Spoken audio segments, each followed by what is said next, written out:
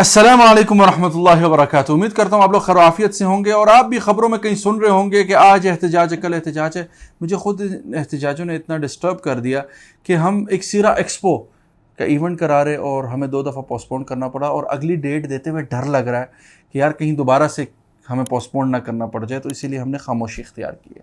بہرکیف کیا جو احتجاج کا ہمارے ہاں طریقہ ہے ایک عرصے سے چلا آ رہا ہے کہ شور مچاتے ہیں، ٹائر جلاتے ہیں، روڈیں بند کر دیتے ہیں، روڈوں پر بیٹھ جاتے ہیں، میٹرو کبھی توڑ دیتے ہیں، کبھی کسی سرکاری دفتر پر دھاوا بول دیتے ہیں، کبھی جسے کہتے ہیں وہ پولیس کے ساتھ گتم گتا ہو جاتے ہیں، اور یہ سب کرتے ہیں۔ اس میں ایک کسی پارٹی کا نہیں کہا جا سکتا، بلکہ سب جس کے ہاتھ جب بھی وہ کہتے ہیں نا بندر کے ہاتھ لاٹھی لگ جائے یا بندر کے ہاتھ جو ہے وہ پیٹرول آپ دے دیں تو پھر وہ وہی کام ہوتا، تو ہم وہی حرکتیں کر رہے ہوتے۔ کیا ہمارا دین اس سب کی اجازت دیتا؟ تو صحابہ کے دور میں اس طرح سے ہوا تو نہیں، لیکن رسول اللہ صلی اللہ علیہ وسلم کے حدیث سے ایک واضح ہوتا ہے کہ آپ صلی اللہ علیہ وسلم نے راستوں پر بیٹھنے سے منع بھی فرمایا، اور راستے میں اس طرح سے ہجوم کی شکل میں کھڑے ہونے کو بھی آپ صلی اللہ علیہ وسلم نے پسند کبھی نہیں فرمایا۔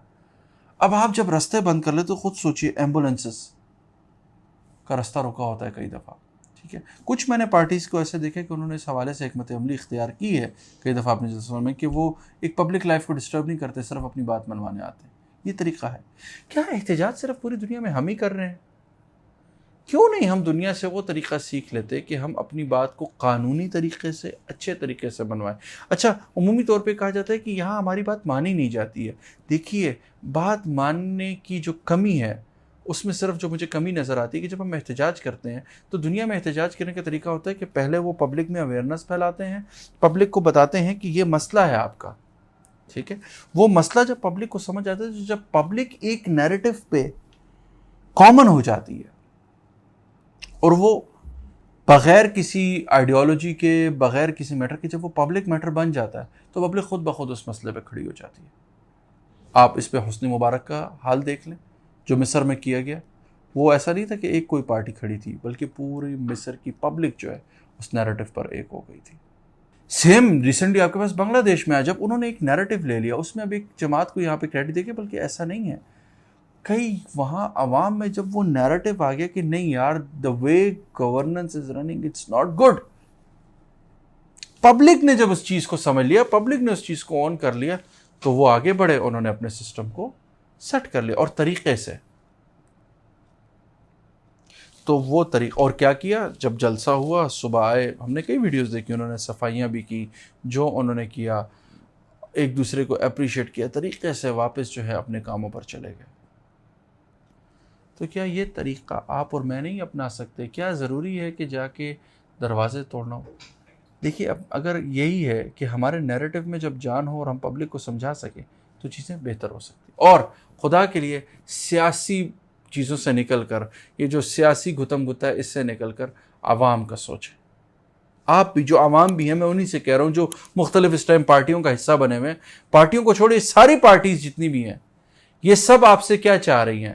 یہ صرف چاہ رہی ہیں کہ آپ ان کے نیریٹو کو لے کے آگے چلیں۔ نہیں، ان پارٹیوں سے کہیں کہ ہم عوام کی ضرورتیں، آپ ہماری وہ ضرورتیں پوری کریں، اگر آپ کو نمائندہ بننے کا اتنا شوق ہے، بلکہ یہ نہیں کہ وہ آپ کو ڈکٹیٹ کریں، آپ انہیں ڈکٹیٹ کریں۔ اور یہ کب کریں گے؟